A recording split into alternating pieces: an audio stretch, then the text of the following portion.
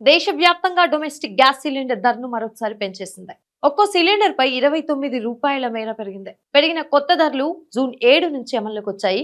ఇప్పటికే నిత్యావసరాల ధరలు, విద్యుత్ బిల్లులు, పెట్రోల్ ఖర్చులతో ఇబ్బందులు పడుతున్న సామాన్య కుటుంబాలకు ఇప్పుడు మరో అదనపు భారం పడిందన్నమాట. ఇప్పటి వరకు ఢిల్లీలో 913 పైగా ఉన్నటువంటి ఈ గ్యాస్ సిలిండర్ ధర ఇప్పుడు 942కి చేరుకుంది.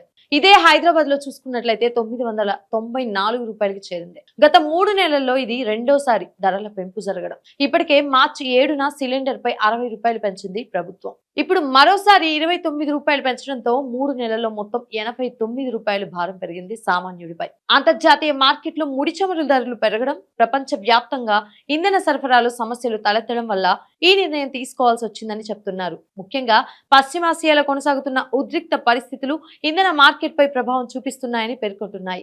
అంతేకాదు ప్రతి డొమెస్టిక్ సిలిండర్ పై చమురు కంపెనీలు భారీ నష్టాన్ని భరిస్తున్నాయని కూడా తెలుస్తుంది. మరోవైపు కేంద్ర ప్రభుత్వం మాత్రం ప్రజలకు భరోసా ఇస్తుంది. దేశంలో ఎక్కడా కూడా గ్యాస్ సిలిండర్ కొరత లేదని, ఎల్పీజీ సరఫరా పూర్తిగా సాధారణంగానే కొనసాగుతుందని చెప్పుకొస్తుంది.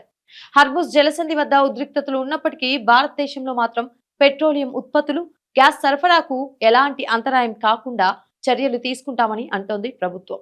అదేవిధంగా దేశంలోని అన్ని రిఫైనరీలు పూర్తి సామర్థ్యంతో పని చేస్తున్నాయని, తగినంత ముడి చమురు నిల్వలు అందుబాటులో ఉన్నాయని కేంద్రం చెప్పుకొస్తుంది.